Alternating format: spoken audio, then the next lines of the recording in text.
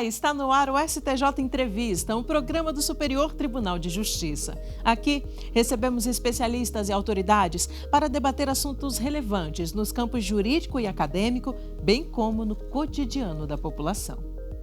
Nesta edição, você vai acompanhar uma conversa com o professor argentino Marcelo Suárez-Orozco, reitor da Universidade de Massachusetts Boston, antropólogo e pesquisador renomado nas áreas de migração, educação, cultura e direitos humanos. Também é membro do Conselho Executivo da Pontifícia Academia das Ciências Sociais do Vaticano.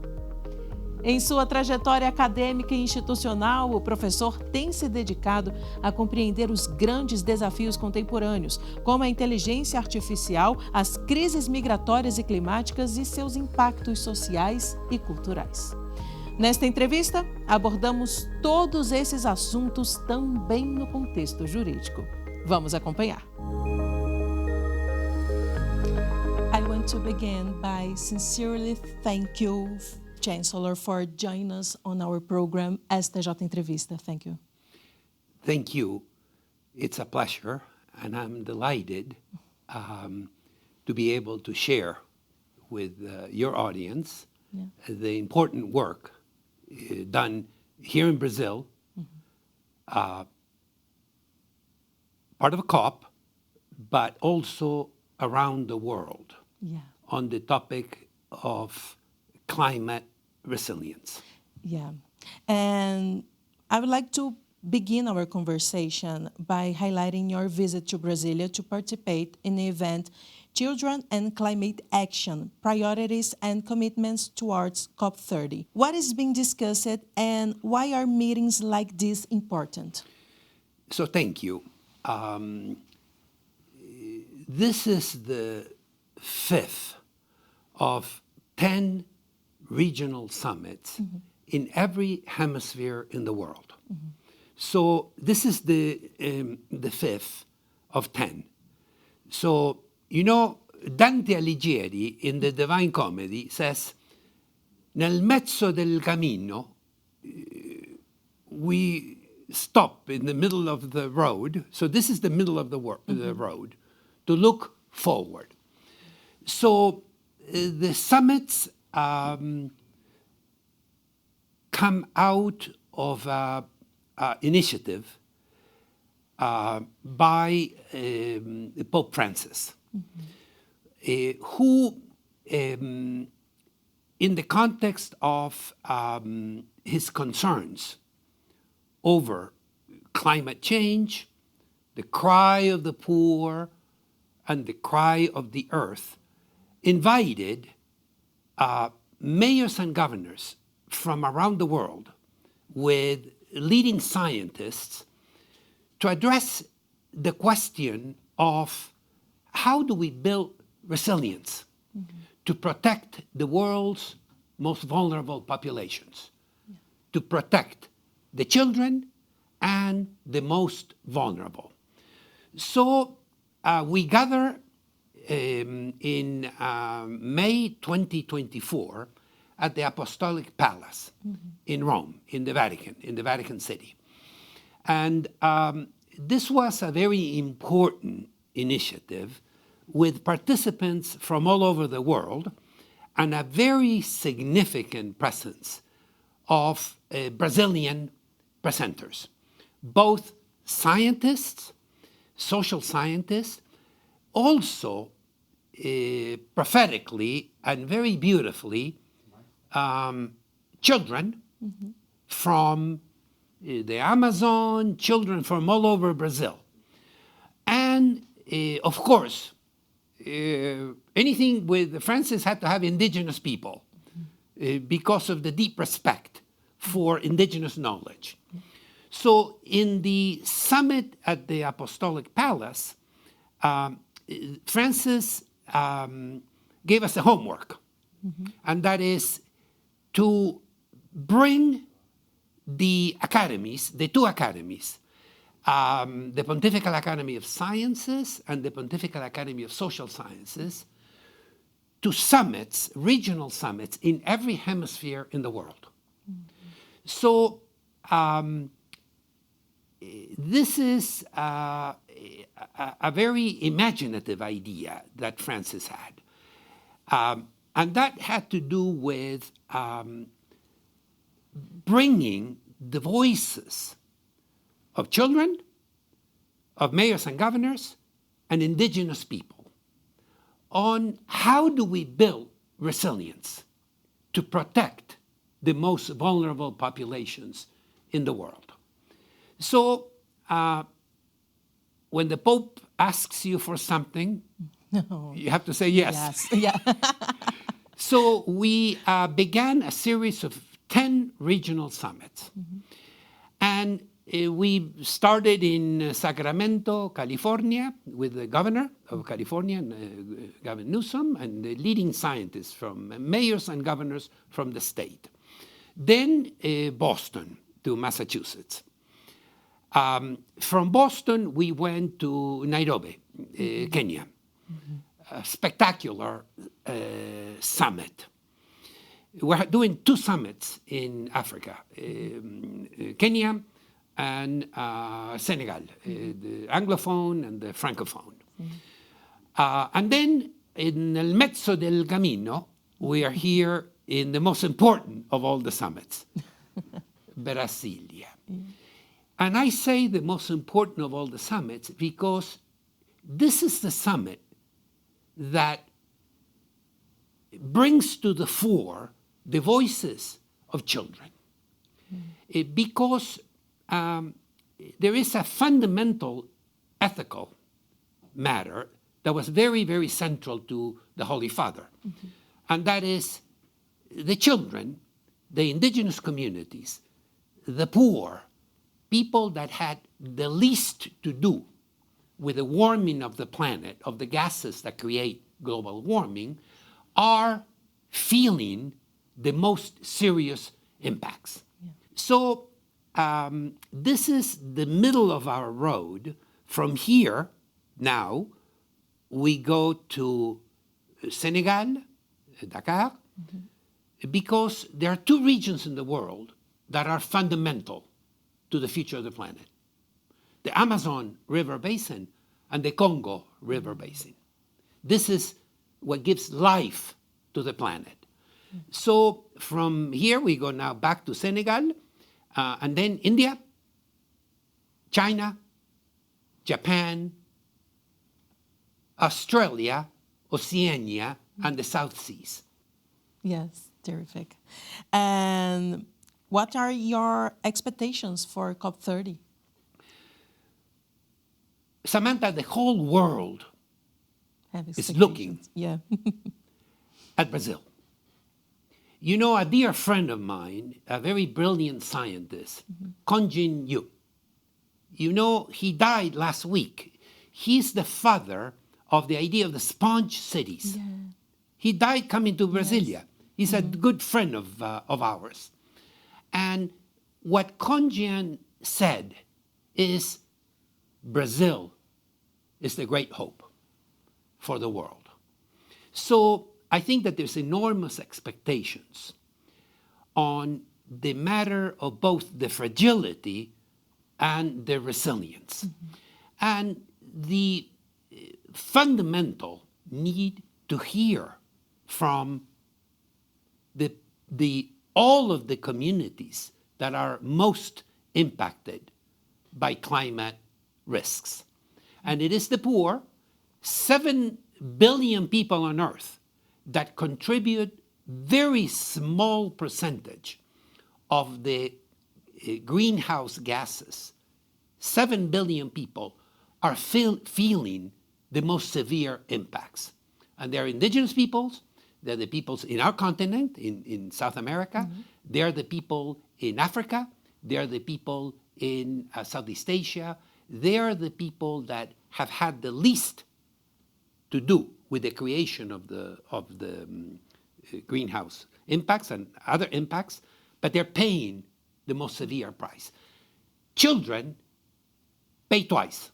The shocks of climate are very severe for them, very severe. So we need their voices. And the Alana Foundation, our partner here, has done a fantastic job in bringing the voices of children so that we can listen to what they have to teach us. The climate crisis has led to new types of population displacement, and you have a long history of research on migration. How do you evaluate the role of environmental law and human rights in this context? So this is very, very central, because what we're seeing now worldwide is unprecedented shocks that are leading to the forced displacements of persons here in South America, in our continent, Asia, Europe, North Africa, the Maghreb into Europe. So the impacts of climate change on the forced migrations of human beings is fundamental. The best models now that we have suggest that up to 1 billion people will have to move because of unchecked climate change within the next 2 decades. So this is the cry of the earth and the cry of the poor. The crisis of forced migrations because of climate change is the greatest challenge now in the world. Migration is the beginning of the human story. We walk out of the African savanna and we populate the rest of the world. So the story of human migration and climate is a very long story, and it's a very it's a story of adaptation, it's a story of adjustment, it's a story of how we came to be Homo sapiens sapiens. The story of migration is the story of humanity. Yeah. And in a scenario of forced displacement due to wars, environmental and economic crisis, how can the international legal system better protect migrants? So it is fundamental. The rights of pursuing safe haven are written into the Geneva Conventions, meaning even though from the perspective of the Aristotelian and Thomist tradition of the church, natural law takes precedent, meaning we all have the right to migrate, to protect the family, to protect the common good. But we do have international treaties that guarantee the ability of our brothers and sisters to seek safety. We have today a crisis of displacement because of climate. We need to bring the environment as a central new axis for the protections that will be guaranteed under the next set of global agreements. You know, I come from Argentina. 90% of the people are immigrants. America, the United States, it's, 90% of the people are immigrants, including Brazilians. Yeah. I live in Massachusetts. I live in Boston. In Martha's Vineyard, in Nantucket, it's fantastic because the entire economy is in the hands of Brazilian immigrants. From Minas Gerais, they're Mineiros. And they're there, they're working very hard. But they're there when the Brazilian national soccer team plays because everybody comes out in the streets. And then the people in Boston realize We have a lot of Brazilians here. It's true. Framingham, JP, Boston, Martha's Vineyard, Nantucket, very, very strong immigrant Brazilian population. Yeah. And discussing now a topic that is currently being widely debated in the media, artificial intelligence. How are current migration flows affected by AI? Yeah. So this was another issue very close to Pope Francis and very, very close to Pope Leo. Because this is very fundamental. This gets to three basic domains. First, artificial intelligence and its impact on the dignity of human work. You know, a lot of people from the AI would go visit the Holy Father in the palace. And they would say things like, work will disappear, no more work. This was not okay for Francis or for Pope Leo, because the dignity of work is fundamental. Yeah. You know, human beings, we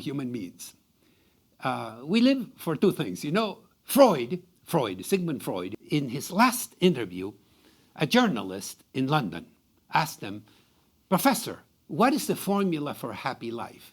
Love and work. If you can love and you can work, you are a happy person. It's a family and work. So the idea that work will disappear with artificial intelligence was very alarming to both Pope Francis and Pope Leo. This is numero uno. Numero dos is the issue of artificial intelligence and the administration of justice. Because through judges, including the great jurist, our Brazilian friend and colleague, Judge Benjamin,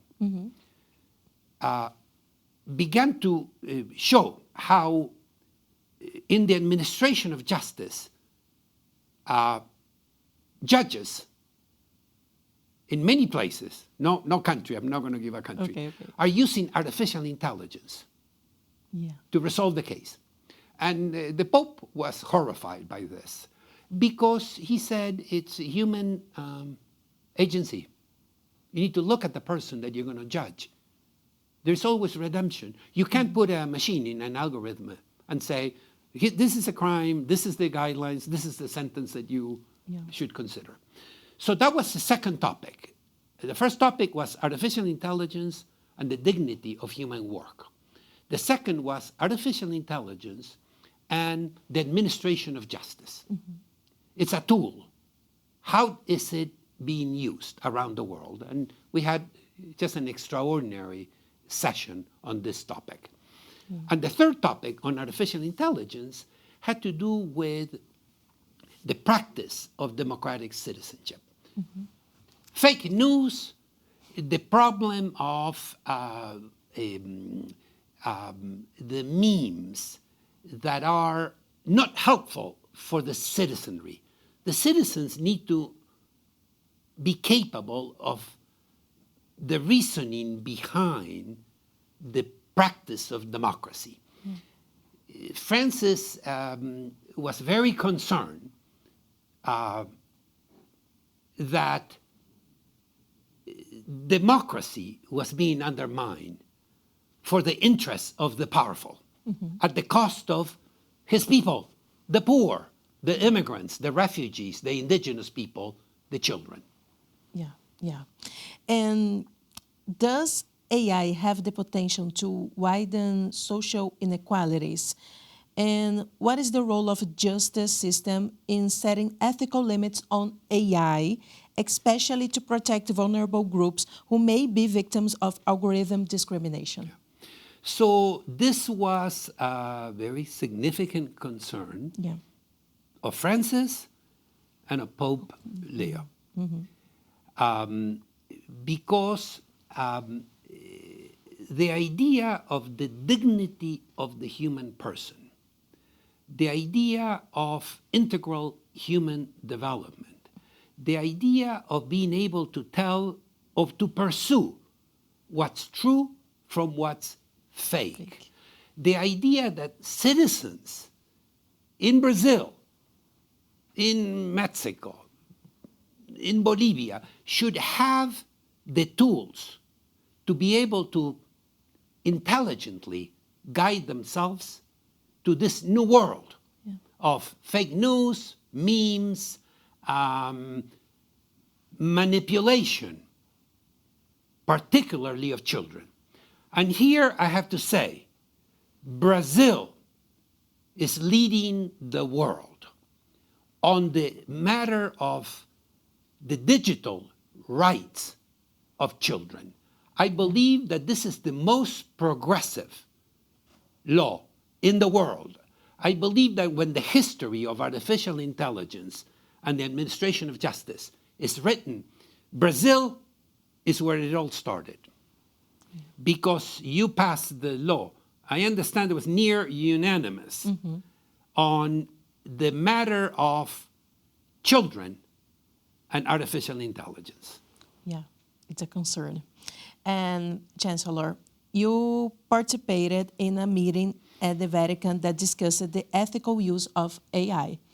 So what points most impacted you regarding the responsibility of governments, companies, and universities on this topic? Yeah. AI is a tool. We are the tool makers. Yeah. You know, Homo sapiens is the tool-making primate. Yeah. So it's a tool. Human beings have used tools and technology for the last, well, let's just take the beginning of agriculture, 10,000 years ago.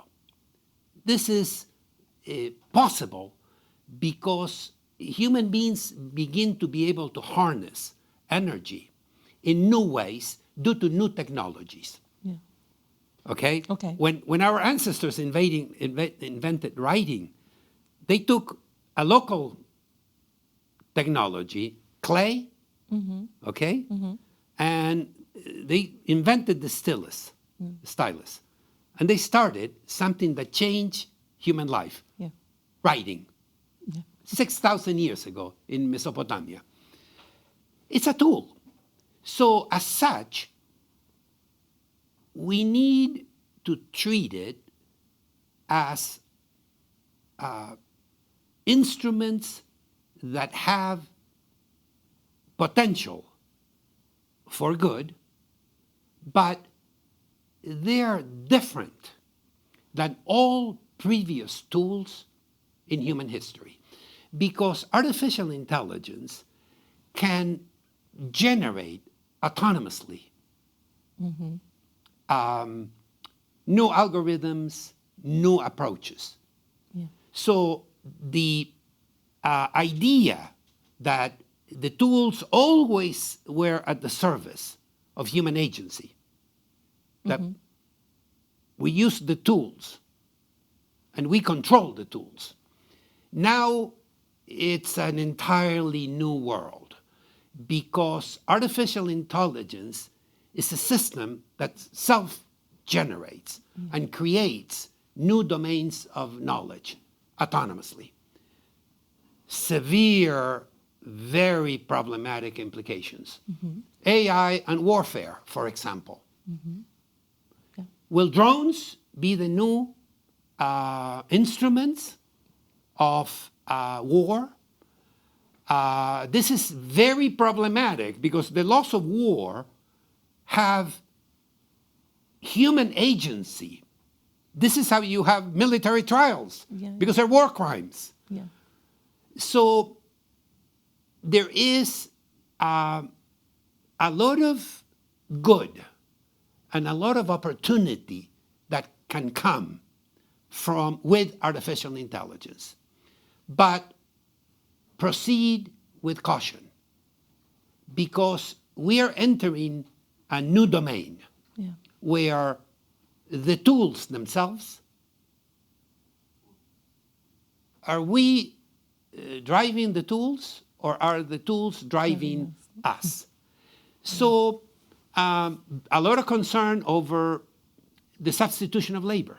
It's just entire sectors of the economy disappear because robots will do everything faster, cheaper, more accurately, and they don't join the sindicato, the unions. So I hope not. maybe we're in trouble if they do. Somebody will put it in the algorithm. There are very serious concerns with artificial intelligence. It's a tool. We can use it.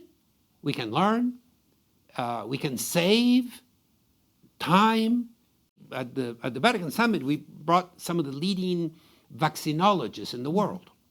Through artificial intelligence, they're cutting the time it takes to develop a vaccine. But it's a very, very serious tool that needs to be managed very carefully. And it has to be human agency. That's why the matter of justice and artificial intelligence is so significant. Yeah. And how do you see the interconnection between the climate crisis, migration, and artificial intelligence? Is there a point of convergence that the justice system should pay closer attention to? Entire domains of the economy are being hollowed out to automation, algorithmic intelligence. This will lead to the pursuit of opportunities in other areas, meaning the necessity to migrate to provide for the family will require us to think through how resources need to be deployed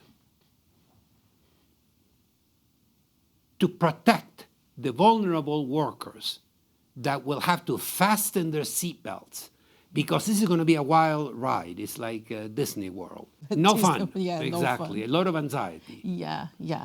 We need to be mindful of the opportunities, what is good. The development of medicines is probably the most important example of how artificial intelligence is cutting the time. Today, the diagnosis of cancer is cut by 90% by artificial intelligence. So there's brilliance and opportunity, but we need to think of a world with an ethical core where labor and engagement are fundamental to human identity. We live for love, family, and work. Yeah. Changing just a little bit of subject, it's your first time here in Brasilia, correct? So what are your impressions about this city and about National High Court of Brazil? Well, I have deep admiration for Judge Benjamin. I had the great honor of introducing the good judge to Francis when he joined us at the Vatican. He's a brilliant jurist and a good friend of the academies. In fact, we're going to have a summit on climate and justice, and we are very much looking forward to have the good judge join us to tell the world about the important work being done here at the STJ. So I know Brazil well. I was a professor at Harvard for many years. I had a lot of brilliant Brazilian students. So some of my best students are Brazilian. And I came to the universities in Sao Paulo, in Rio, We did exchanges with the Vargas Institute. My wife is a professor at Harvard now. When I was also in the faculty at Harvard, we did a lot of work with the Lehman Foundation in Sao Paulo. Okay. So I spent a lot of time in Rio, in Sao Paulo. Brasilia is a dream. Yeah. It's a magical city. Of course, I knew from a distance of the great architects that built the court, Meyer. We had a beautiful tour yesterday from the judge. And I'm very happy that the summit is taking place at the first hotel built in Brasilia, the Brasilia Palace. Which is a monument to the modernist sensibilities of Niemeyer and that generation of Brazilian architects who gave the world a sensibility about a city that could be an example for democracy, for justice, for the flourishing of the citizens in this beautiful country. Yeah, exactly. And unfortunately, we are close to the end of this program, but what message would you leave for leaders, jurists, and citizens regarding the current challenges that we have been facing? So I think that the world is facing an unprecedented challenge flowing from climate change. Brazil needs to show the world, how do we protect nature? How do we protect children? How do we learn from nature? How do we learn from children? How do we learn from the indigenous communities that are the holders of knowledge that is true, beautiful, and just? The world has so much to learn from COP30, and the eyes of the world, for better or worse, are on Brazil, are on Belém. You know what Einstein said? Einstein said Galileo was science. He invented science. It all began with Galileo, who saw science as fundamental to a more faithful understanding of our place in nature. Yeah, terrific. So thank you. Thank you so much, Chancellor, for joining us and sharing your knowledge. And remember to always live with love, family, and work, right? Obrigado. Eu que agradeço. E esse foi o STJ Entrevista. Muito obrigada pela sua companhia e aproveito para te convidar para conhecer o canal do STJ no YouTube, onde você encontra este e muitos outros conteúdos relevantes. Até a próxima. Tchau!